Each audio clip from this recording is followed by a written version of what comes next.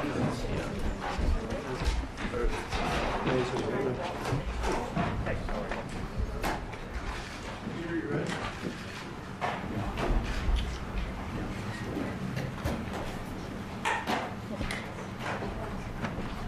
thank you very much. It's an honor to have President Zelensky of Ukraine, and we've been working very hard, very close. So we've actually known each other for a long time. We've been dealing with each other for a long time and very well. We had a little negotiation spat, but that worked out great. I think for both countries, I think for the world, actually, beyond both countries. And we have something that is a very fair deal. And we look forward to getting in and digging and working and getting some of the rare earth.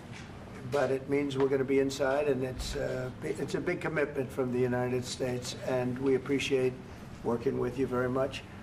And we will continue to do that. We have had some very good discussions with Russia. I spoke with President Putin, and we're going to try and bring this to a close. It's something that you want and that he wants. We have to negotiate a deal. But we've started the confines of a deal, and I think something can happen. The big thing is the number of soldiers, mostly at this point, but soldiers being killed. You're losing thousands of soldiers. So on both sides, we're losing a lot of soldiers, and we want to see it stop. And we want to see the money get put to different kinds of use, like rebuilding. And we're going to be working very hard. But we've had a lot of very good conversations. I will say until we came along, the Biden administration didn't speak to Russia whatsoever. They didn't speak to anybody. They just allowed this to continue. And I will say that, I'll say in front of you, you've heard me say it 1,000 times, if I were president, this war would have never happened. We would have had a deal negotiated for you without having to go through what you've gone through. But your soldiers have been unbelievably brave. We've given them great equipment, but somebody has to use the equipment. They've been unbelievably brave, and we give them great credit. This was supposed to be over very quickly, and here we are 3 years later. So I give tremendous credit to your generals and your soldiers and yourself in the sense that it's been very hard fighting, very tough fighting. They're great fighters. And you have to be very proud of them from that standpoint. But now we want to get it over with. It's enough, right? We want to get it over with. So it's an honor to have you here. Thank you very much for coming. We're going to sign the agreement at the conference in the East Room in a little while, right after lunch. And we'll be having lunch together. We're also discussing some other things. And we appreciate everybody being here. It's somewhat of an exciting moment, but the really exciting moment is when they stop the shooting and we end up with a deal. And I think we're fairly close to getting that, and an honor to have you. And please, you'd like to say something? Yeah, thank you so much, Mr. President. Thank you for invitation. And really, I hope that this first document, will be first step to real security guarantees for Ukraine, our people, our children. I really count on it. And of course, we count that America will not stop support. Really, for us, it's very important to support and to continue it. I want to discuss it with details further during our conversation, and of course, the infrastructure or security guarantees. Because for today, I understand what Europe is ready to do. And of course, I want to discuss with you what United States will be ready to do. And I really count on your strong position to stop Putin. And you said that enough with the war. I think that is very important, Ben, to say these words to Putin at the very beginning of war, because he is a killer and terrorist. But I hope that together we can stop him.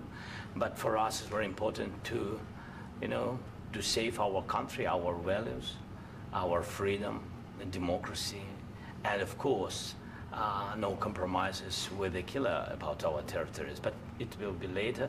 And of course, what I wanted, we spoke about it by phone with you, about the drones production. We have very good drones production. I think the best one in the world for today because of the war.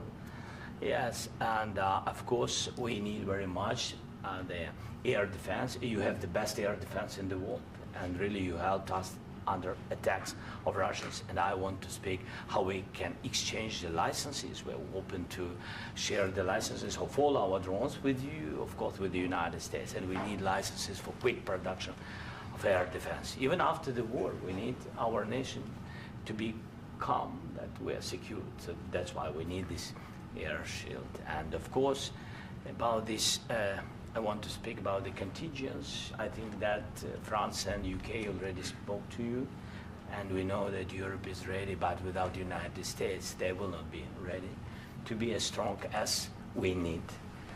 And the last point, last not least, about exchange, about our people and children. And you know that this crazy Russian, that they stolen 20,000 of children, Ukrainian children. They changed their names, they changed their families, relatives, and now they're in Russia. We want to bring them back, and really, it's a big dream, task, and goal for me, and our warriors.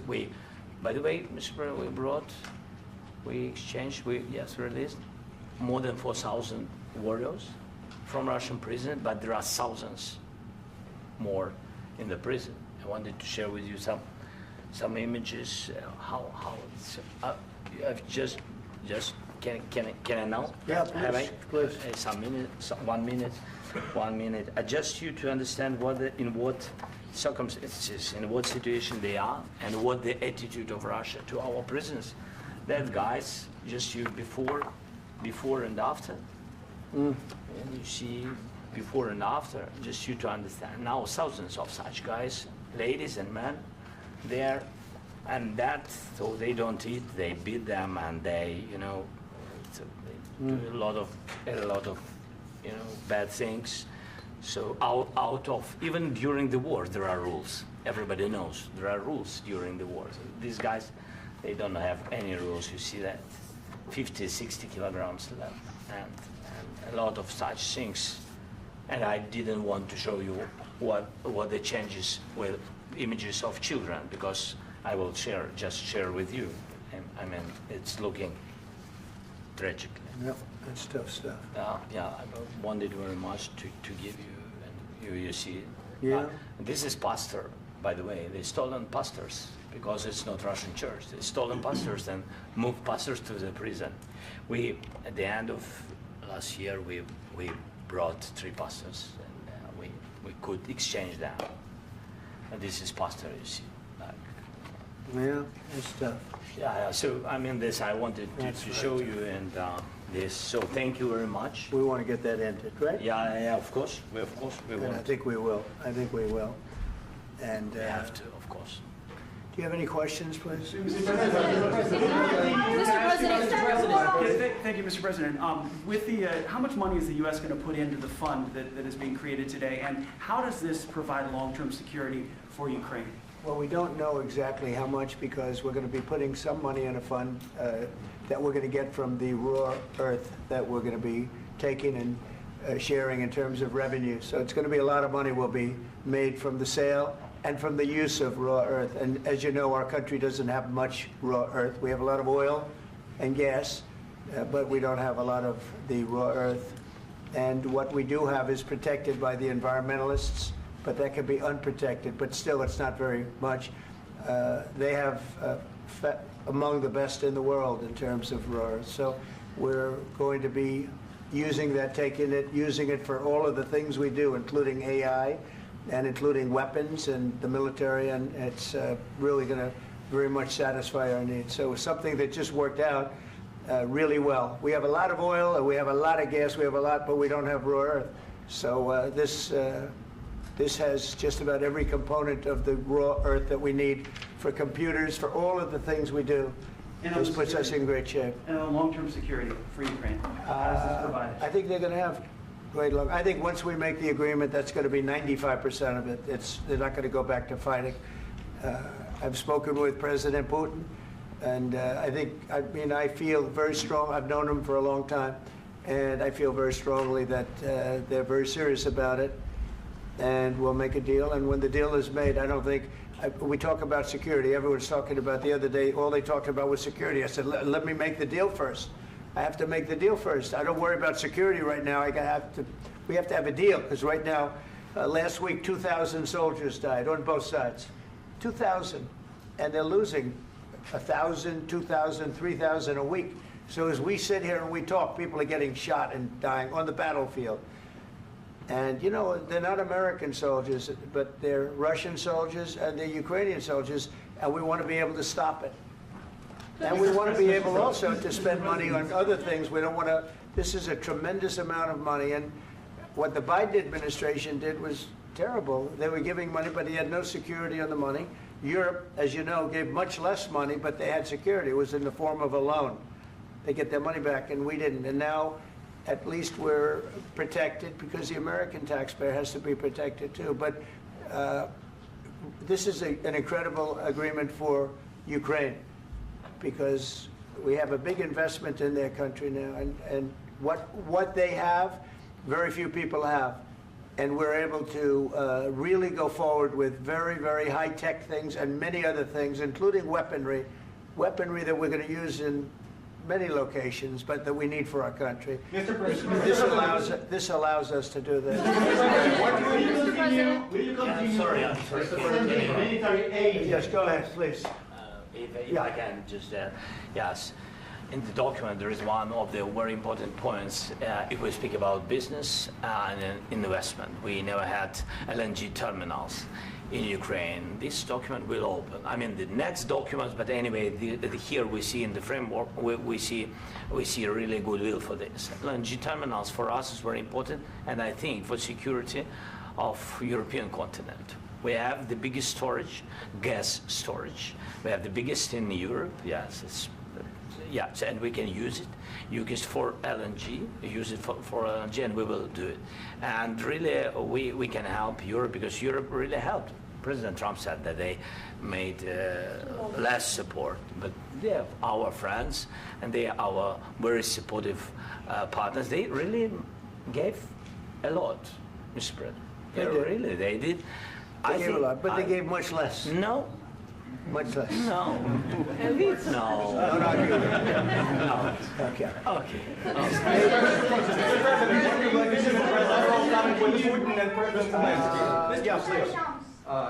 Mr. President Trump, you have repeatedly called the deal with Ukraine as a historical one.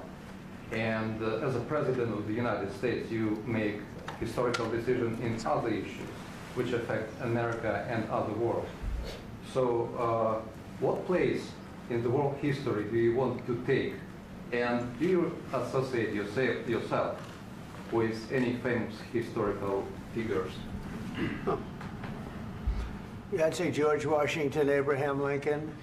I would say I'm far superior to George Washington and Abraham Lincoln. Now, you know I'm only kidding, right?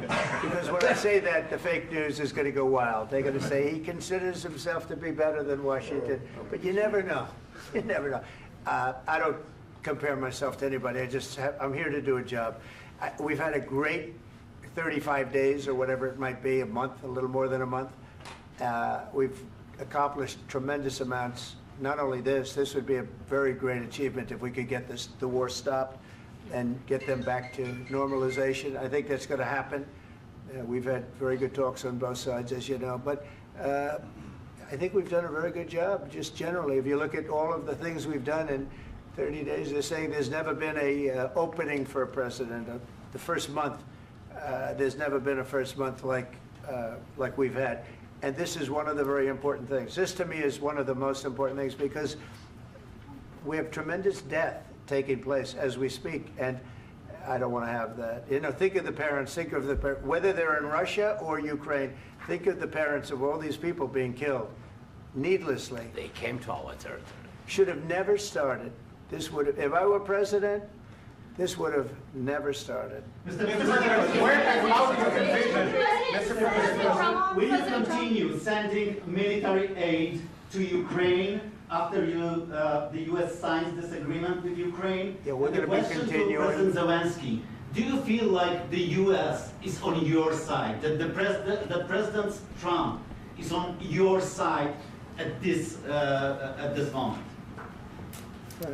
What do you think? He wants to know, do you think that sort of a stupid question. I guess we wouldn't be here if I wasn't. I think that the United States on our side from the very beginning of occupation, and I think that President Trump on our side, and of course, I'm sure that the United States President will not stop support. This is crucial for us. It's important for us. Yes. And Putin, the president speaks about the people and the soldiers which are dying, but they came to our territory, they came to our land. They began this war, and they have to stop. And I think this is the question, with really the most important question. Can President Trump, I hope yes, with some other allies, to stop Putin, withdraw these enemies, our enemy, withdraw these troops from our land? And I think that you asked about the history, I think that if President, or when, he will stop Putin, if President Trump will bring peace to our country, I think he will be on this wall. We've had very, very good talks. What about military aid to Ukraine? President Zelensky just said that there would be no compromises with Vladimir Putin. I just wanted to ask both of you, firstly, are there compromises that you think that President Zelensky is going to have to make? And President Zelensky, is there anything that you might be thinking that you may be able to offer or bring to the table, for example, elections? Thank you. I think you're going to have to always make compromises. You can't do any deals without compromises. So certainly he's going to have to make some compromises, but hopefully they won't be as big as some people think you're going to have to make. That's all. That's all we can do. I'm here as an arbitrator, as a mediator to a certain extent between two parties that have been very hostile, to put it mildly. They've been very hostile. There's been a vicious war. There's been a vicious war. You know, it's a very level battlefield, and those bullets go out, and as I've said many times, we were talking about it with Pete, many times the only thing stopping those bullets is a human body. And in the case we're talking about, generally young human bodies are stopping a lot of bullets. It's dead level. That's why it's great farmland. It's great land. It's great farmland, but there's very little protection against the bullets that are being, and other things that are being shot.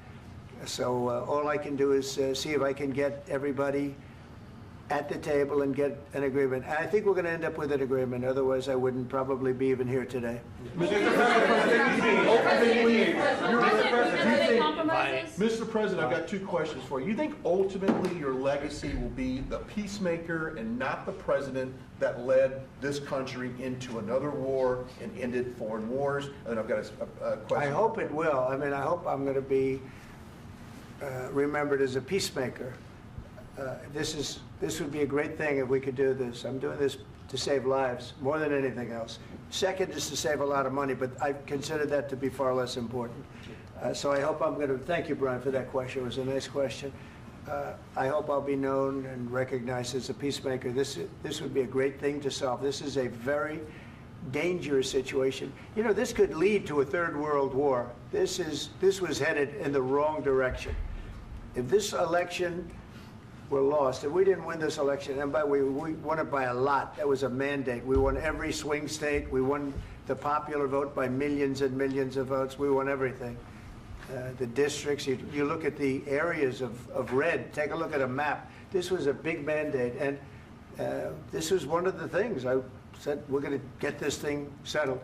If we didn't win, I think this could have very well ended up in a third world war, and that would not have been a good situation. What was your second question? And my second question for President Zelensky, why don't you wear a suit? You're at the highest, why don't you wear a suit? You're at the highest level in this country's office, and you refuse to wear a suit. Just want to see if do you own a suit? Yeah, problems. A lot of Americans have problems with you not respecting the dignity of this office. I will wear a costume after this war will finish. Okay. Yes, maybe one. Maybe something like this? Something like yours, yes. That'd be great. Maybe something better, I don't know. We will see. Maybe something cheaper than, yeah. Thank you. Thank you. President Trump. Thank you, President Trump. You said yesterday that you have... Are you going to send more arms to Ukraine in case there's no peace? Yeah, we're going to have arms to Ukraine, yeah, sure. Hopefully I won't have to send very much, because hopefully we're going to have it finished. We're looking forward to finishing this quickly. We're not looking forward to sending a lot of arms. We're looking forward to getting the war finished so we can do other things. But we very much appreciate the agreement because we needed what they had, and we're treating, you know, our country is now treated fairly. Biden didn't do that. He didn't know what the hell he was doing. This should have never happened. This should have never started. But, you know, sure, the answer is yes, but hopefully we won't have to send much because I'm looking forward to getting it done quickly, very quickly. Does that mean you'll provide security guarantees, Mr. President? I don't want to talk about security yet because I want to get the deal done. You know, you fall into the same trap like everybody else. A million times you say it over and over. I want to get the deal done. Security is so easy. That's about 2% of the problem. I'm not worried about security. I'm worried about getting the deal done. The security is the easy part. Security is very nice. Everybody stopped shooting. And now will Europe put people there? I know France is going to. I know the UK is going to. I know other countries are going to, and they happen to be right next door. We haven't committed, but we could conceivably. You know, we have security in a different form. We'll have workers there digging, taking the raw earth so that we can create a lot of great product in this country. So in that sense, you have something, but we haven't determined that yet. I will say, in speaking to France and in speaking to, and they were here, as you know, last week and just the other day, they have committed to a lot of security. I don't think you're going to need much security. I think once this deal gets done, it's over. Russia's not going to want to go back, and nobody's going to want to go back. When this deal ends, I really believe this deal is going to be over. Question? Yeah, please go ahead. Go ahead. Thank you, Mr. President, thank you. You had President Macron and Keir Starmer at the White House this past week, both of whom praised your courage and conviction to lead the pathway towards peace. Yes. Part of that involved, though, re-engaging Russia in diplomatic relations, something that previous leaders lacked the conviction to do so. What gave you the moral courage and conviction to step forward and lead that? Well, I love this guy. Who are you with? One American News, sir. Well, that's why I like him. One American News does a great job. I like the question. I think it's a very good question. It's a pathway to peace. It's a pathway to getting something solved. And I feel that as the head of this country, I have an obligation to do that. Plus, you know, we're very much involved. We got involved. It's too bad we got involved because there should have been no involvement because there should have been no war. And there shouldn't have been October 7th. That would have never happened. As you know, Iran was broke. They had no money to give to Hezbollah. They had no money to give to Hamas. They were stone cold broke. And then under Biden, they became rich as hell. They went from no money to $300 billion in a period of 4 years. And they gave a lot of that money away, and you see what happened. And that's a real mess also that we hope to be able to solve. But no, I appreciate your question very much. I feel I have an obligation to try and do something to stop the death. If I can answer, yes, if I can answer, Please, sorry, go ahead. please. And I do like your clothing, by the way. Yeah, really? Even though I think he's a great guy, by the way. But I don't know if you two like each other. But you know what? I think he's dressed. I like this guy. I think he's dressed beautiful. So I have more serious things than answer on such Yeah, question. sure, I will answer on more That's serious a good question if statement. I can.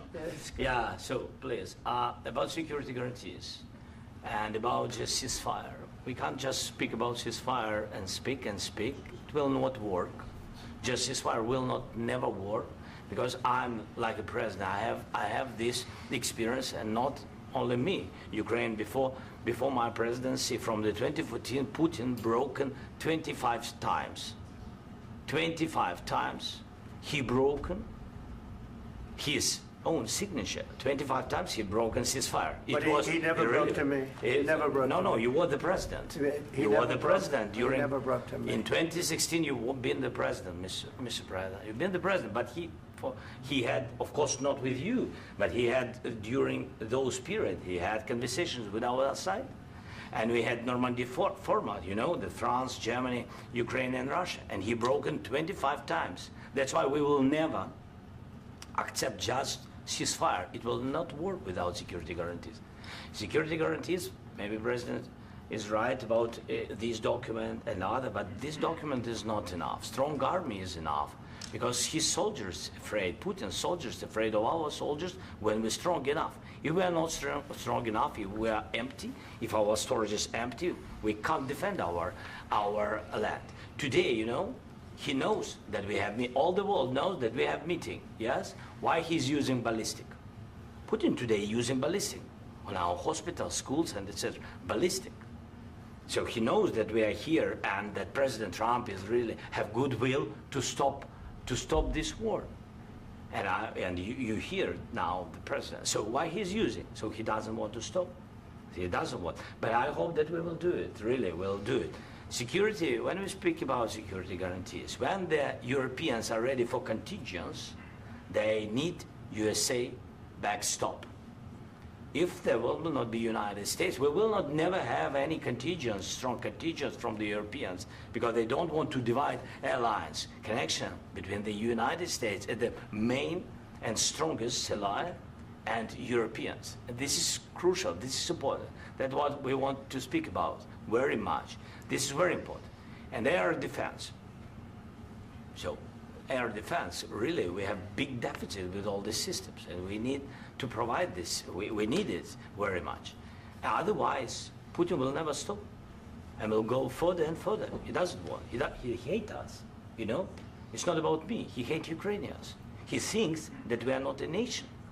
He thinks, and he shared these thoughts, I think maybe with your team also, I don't know. But with all the Europeans, in media, officially and not, he always said that there is no such country, such nation, such language, and such life like Ukrainian. No, he really doesn't respect all the Ukrainians, and he wants to destroy us. And you are right, Mr. President, that's 2%. This document, maybe other documents, it's a very good start, very good, but it will not enough to stop this person. Should Russia pay to rebuild Ukraine? Mr. President, under these Should Russia pay to rebuild Ukraine? They have to pay. This question. This is the rule. This is the rule of the war. This is the rule of the war. During all the centuries, all the history, this is the rule of the war. Who began, those pay. Do you agree? This is the rule. Putin began this war. He has to pay all money for innovation. He has to pay. Of course, some Russian assets, what we have in Europe, about 300 billion, we can use them. We can use for innovation and buy military support from the United States also. We can do it, but it's not enough. It's not enough. President, under these circumstances, do you envision a trilateral summit with Putin and President Zelensky? Wait 1 second. I asked this question that you didn't like because I wanted to know if you want to position yourself in the middle between Russia and Yes. Ukraine, or on the Ukraine side. No, I'm in the middle. I want to solve this thing. I'm for both. I want to get it solved. And it's wonderful to speak badly about somebody else, but I want to get it solved. If we can solve it, great. If we can't solve it, they're going to have to fight it out, and who knows what's going to happen. But I want to see it get solved. May I follow up? One more question about U.S. troops in Europe. After Russian invasion of Ukraine, your predecessor sent additional troops to Eastern Europe, including Poland, my country. Yeah. Are you committed to keeping these troops on the eastern flank of NATO in the future? I'm very committed to Poland. I think Poland has really stepped up and done a great job for NATO. They, as you know, they paid more than they had to. They are one of the finest groups of people I've ever known. I'm very committed to Poland. What about Baltics? Poland's in a tough neighborhood, you know. What about the Baltics? The Baltics, they got a lot of, it's a tough neighborhood too, but we're committed. We're going to be very committed, and we're committed to NATO. But NATO has to step up, and the Europeans have to step up more than they have. And I want to see them equalize, because they are in for far less than we're in, and they should be at least equal. You understand that? Why is the United States, we have an ocean in between, why is the United States in for so much more money and other things as Europe? With that being said, and as you said, they've also been obviously very helpful, but we have put in far more than they have, and I think they should equalize. Mr. President, Yeah, please, go ahead. Ask you about the agreement again today. What changed between the first time that Secretary Bessent gave President Zelensky the agreement and today for the signing? We made a deal. So What was the I'm just- deciding factor? I'm a business person. We made a deal. That's what changed. Along with minerals. I didn't think we were going to make a deal, and we ended up making the deal, so that changed. Mr. President, what and how do you envision a trilateral summit with President Zelensky and Putin? I don't know, under but these well, they circumstances? don't like each other. I can tell you that. Okay? They do not like each other. This is not a love match, and it's unfortunate. That's why you're in this situation. The United States should not have allowed this to happen. Okay? The United States, run by a man that didn't know much. I'm going to be very nice. Run by an incompetent person, very incompetent person, should never have allowed this to happen. I've stopped wars. I've stopped many wars. My people will tell you, I stopped wars that nobody ever heard about. I stopped wars before they ever started.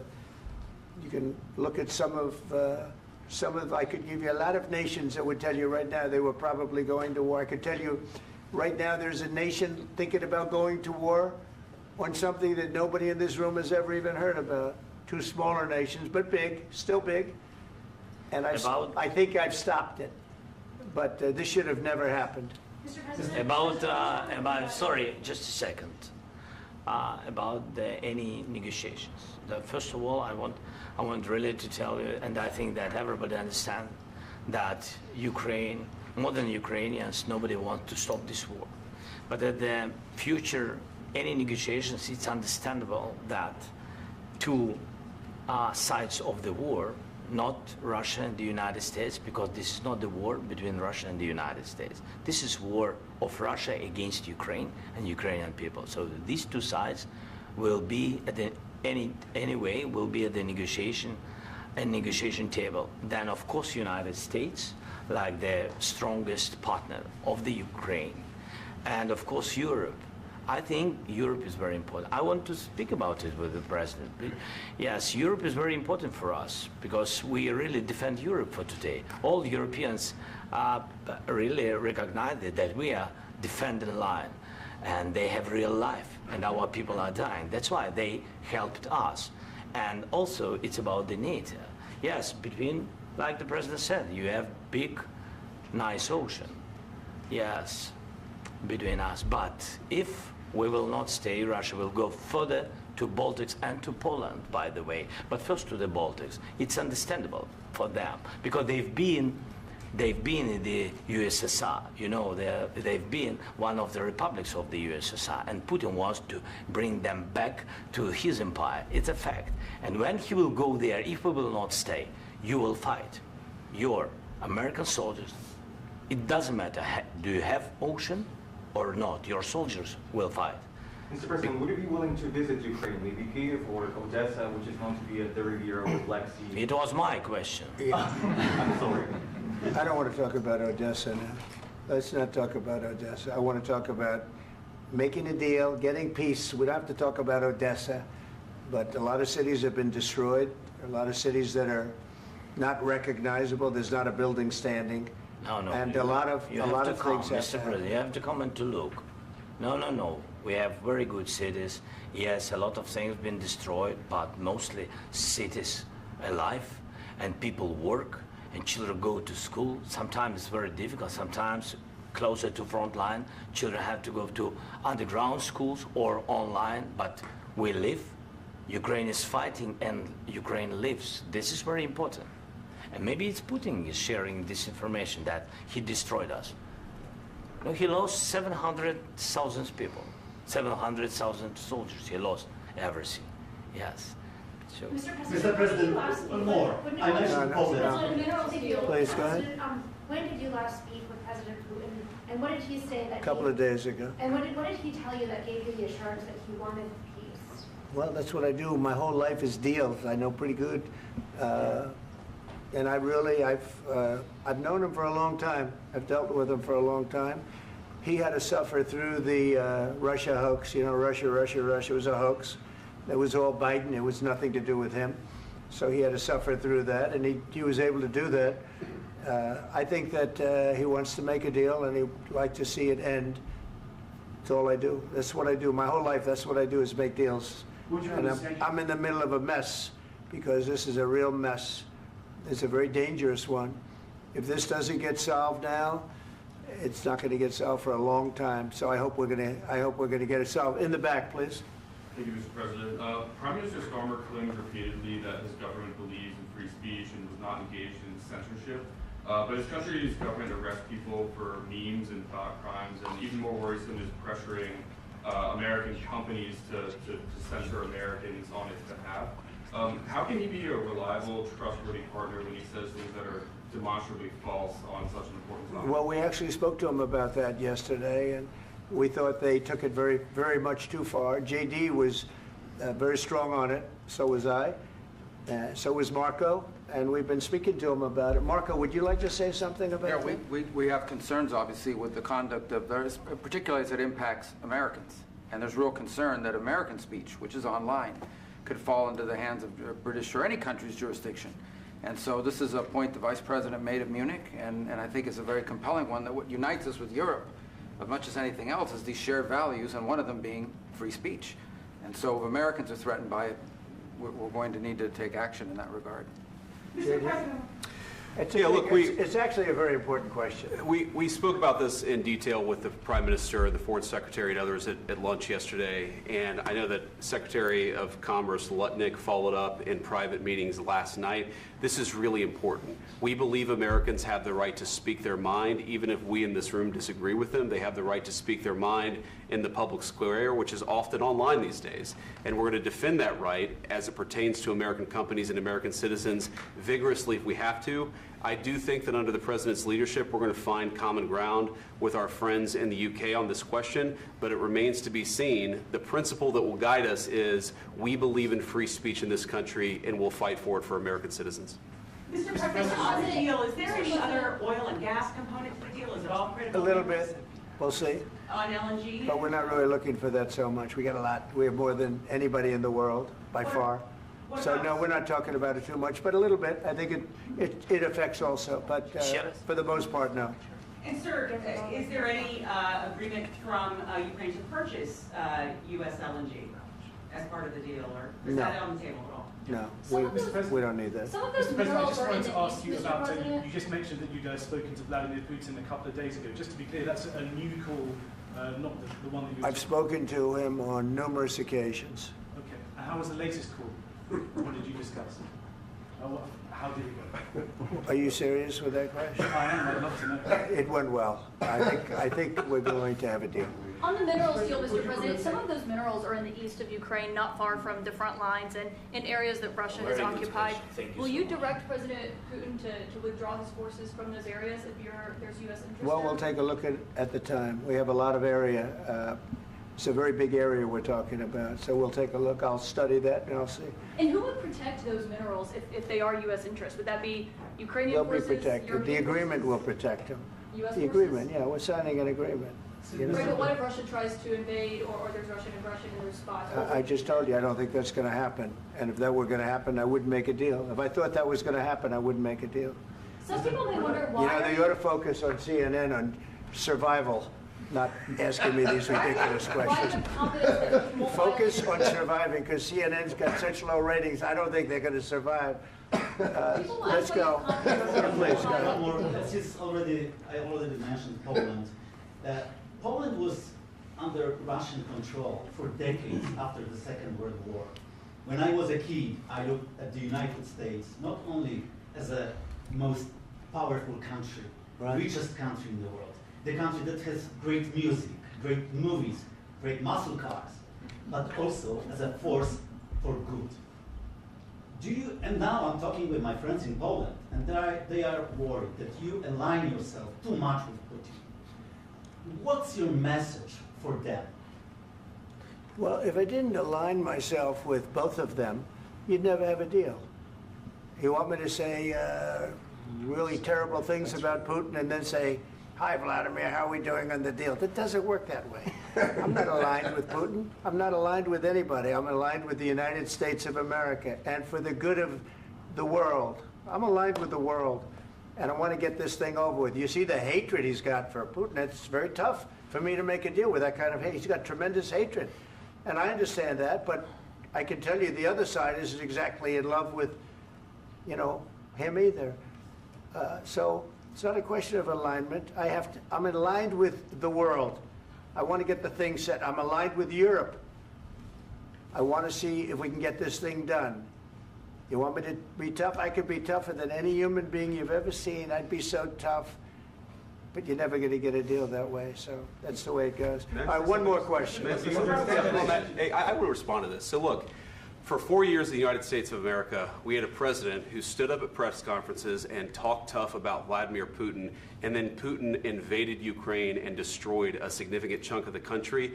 The path to peace and the path to prosperity is maybe engaging in diplomacy. We tried the pathway of Joe Biden of thumping our chest and pretending that the President of the United States' words mattered more than the President of the United States' actions. What makes America a good country is America engaging in diplomacy. That's what President Trump is doing. Can I ask you?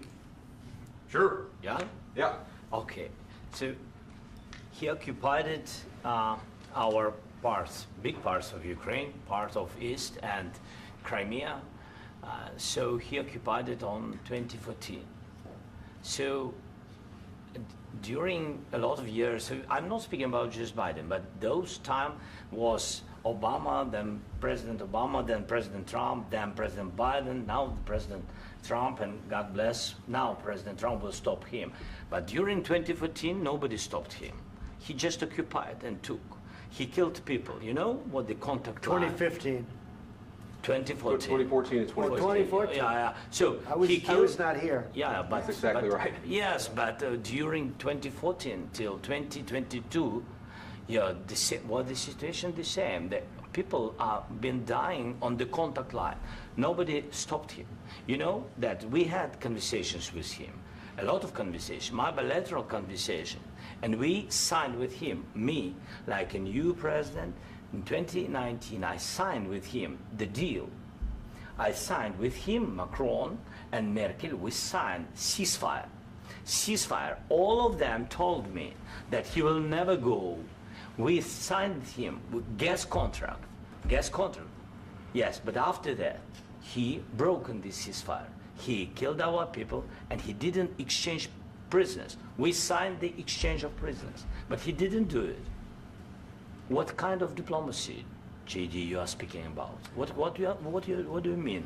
I'm talking about the kind of diplomacy that's going to end the destruction of your country. Yes, but if you Mr. President, with respect, I think it's disrespectful for you to come into the Oval Office and try to litigate this in front of the American media. Right now, you guys are going around and forcing conscripts to the front lines because you have manpower problems. You should be thanking the President for trying to bring an end to this conflict. Have you ever been to Ukraine that you say what problems we have?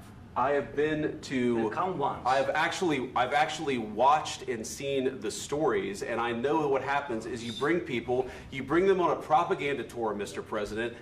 Do you disagree that you've had problems bringing people into your military? And do you think that it's respectful to come to the Oval Office of the United States of America and attack the administration that is trying to prevent the destruction of your country? A lot of questions. Let's start from the beginning. Sure. First of all, during the war, everybody has problems. Even you, but you have nice ocean and don't feel now, but you will feel it in the future.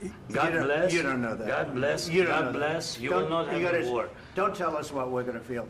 We're trying to solve a problem. Don't tell us what we're going to feel. I'm not telling you. Because I'm you're in no answering on position this to question. dictate that. That's Remember exactly what this. you're doing. You're in no position to dictate what we're going to feel. We're going to feel very good. You will feel influence. We're going to feel very good and very strong. You will feel influence. You're right now not in a very good position. You've allowed yourself to be in a very bad position, and he happens to be right about it. From the very beginning of the war. You're not in a good position. You don't have the the cards right now. With us, you start having not cards. playing cards. Right now, you don't. I'm very You're playing serious, cards. Mr. President. You're I'm playing very cards. serious. You're I'm gambling the with the president lives in of war. millions of people. You think You're you- gambling with World War III. what you're You're speaking about? gambling with What you're World speaking War about? III. And what you're doing is very disrespectful to the country, this country. That's with back all to you. respect to your Far country. more than a lot of people said very they respect. should have. Have you said thank you once? This A lot entire of meeting? times. No, in this Even entire meeting, today. have you said thank Even you? today. You went to Pennsylvania and campaigned for the opposition in October. Offer some words of appreciation for the United States of America and the president who's trying to save your country. Please, you think that if you will speak very loudly about the war, you He's can... not speaking loudly. He's not speaking loudly. Your country's in big trouble. Can I Wait a answer? minute. No, Can you've I done a lot answer? of talking. Your country is in big trouble. I know. You're not I winning. know. You're not winning this. You have a damn good chance of coming out okay because of us. Mr. President, we are staying in our country, staying strong from the very beginning of the war. We've been alone, and we are thankful. I said thanks You haven't in been this alone. cabinet, You and haven't not been only alone. in this cabinet. We gave you, through I this said stupid thank you. president, $350 billion.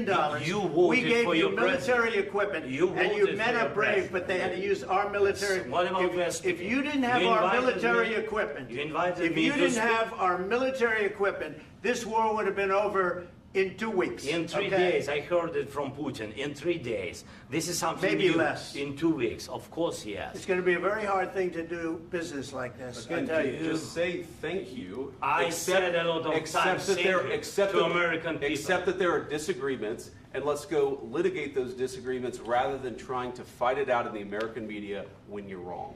We know that you're wrong. But you see, I think it's good for the American people to see what's going on. I understand, sir. I think it's I very understand. important. That's why I kept this going so long.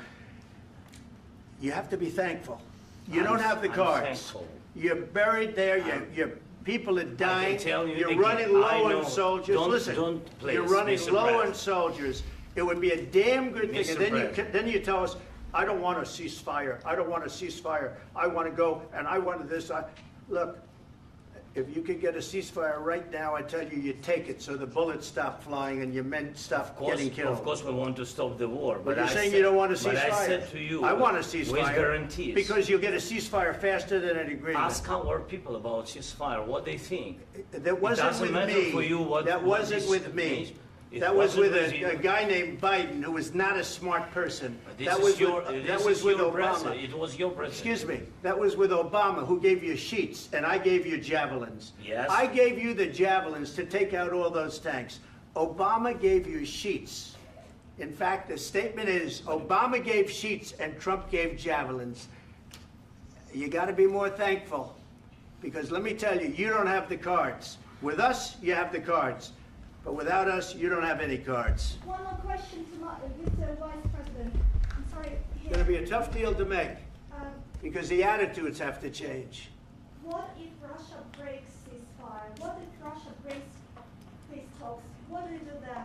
I understand that it's a heated conversation right now. What are you but saying? what She's if asking, Russia- what if if Russia Putin breaks the breaks ceasefire? What if anything? What if a bomb drops on your head right now? But they have Okay? broken What if they ceasefire broke it? many I don't know. They broke it with Biden because Biden, they didn't respect him. They didn't respect Obama. They respect me. Let me tell you, Putin went through a hell of a lot with me. He went through a phony witch hunt where they used him and Russia. Russia. You ever hear of that deal? That was a phony Hunter Biden, Joe Biden scam. Hillary Clinton, Shifty Adam Schiff. It was a Democrat scam. And he had to go through that. And he did go through it. We didn't end up in a war. And he went through it. He was accused of all that stuff. He had nothing to do with it. It came out of Hunter Biden's bathroom. It came out of Hunter Biden's bedroom. It was disgusting. And then they said, oh, the laptop from hell was made by Russia. The 51 agents. The whole thing was a scam. And he had to put up with that. He was being accused of all that stuff. All I can say is this. He might have broken deals with Obama and Bush, and he might have broken them with Biden. He did, maybe. Maybe he didn't. I don't know what happened. But he didn't break them with me. He wants to make a deal. I don't know if you can make a deal. The problem is, I've empowered you to be a tough guy. And I don't think you'd be a tough guy without the United States. And your people are very brave. But you're either going to make a deal or we're out. And if we're out, you'll fight it out. I don't think it's going to be pretty, but you'll fight it out. But you don't have the cards. But once we sign that deal, you're in a much better position. But you're not acting at all thankful. And that's not a nice thing. I'll be honest, that's not a nice thing. All right, I think we've seen enough. What do you think? What's huh? this negotiation? This is going to be great television, I will say that. All right, we'll see what we can do about putting it together. Thanks, sir. I know this is and I need the back of this. Negotiate, given that. We'll see, I don't know. All right, guys, come on. Wait, hey, let's go. Guys, come on, let's move.